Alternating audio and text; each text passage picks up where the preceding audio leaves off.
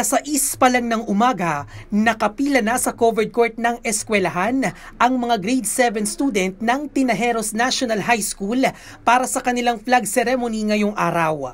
Ngayong araw din kasi ang pilot testing ng matatag curriculum sa kanilang eskwelahan. Sa tala ng pamunuan ng paaralan, may 19 na section ang grade 7 na binubuo ng halos 700 learners. Sila ang sumailalim sa implementasyon ng matatag curriculum ng Department of Education. 5 eskwelahan sa lungsod ang napili para sa pilot testing ng matatag curriculum. 3 rito ang elementary school at 2 naman ang high school. Ayon sa DepEd, random selection ang ginawa ng kagawaran sa pagpili ng mga eskwelahan para sa implementasyon ng revised curriculum. Nakatuon din sa mga guro ang pilot testing ng matatag curriculum.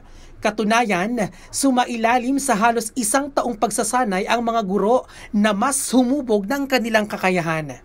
Ayon sa Department of Education, ang matatag curriculum ay revised na curriculum mula kinder hanggang grade 10. Aantabay ang mga opisyal na naatasang magbantay sa implementasyon ng bagong curriculum.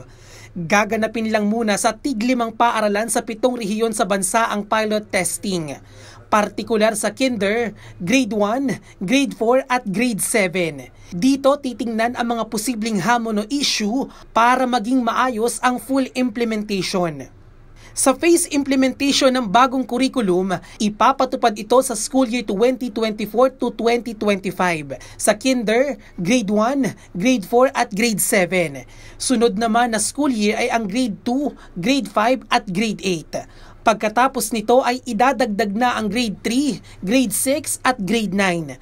At sa school year 2027 to 2028 ay ang grade 10. Sa ilalim ng bagong curriculum, nabawasan na ang learning competencies. Layo nito na mas magkaroon ng mastery ang mga mag-aaral sa mga mahahalagang learning competencies. Ang ating pong mga learning competencies po ngayon, na dati po ay 11,000 learning competencies, ngayon po ay naging 3,000 learning competencies na lang po. Ito po ay pinag-aralan ng mga eksperto.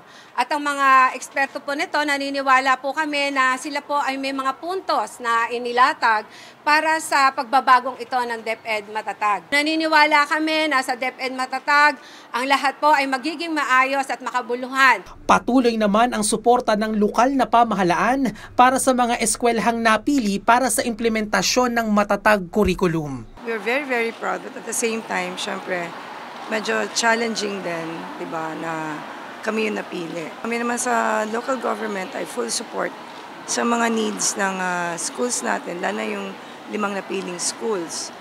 Bien Manalo para sa bayan.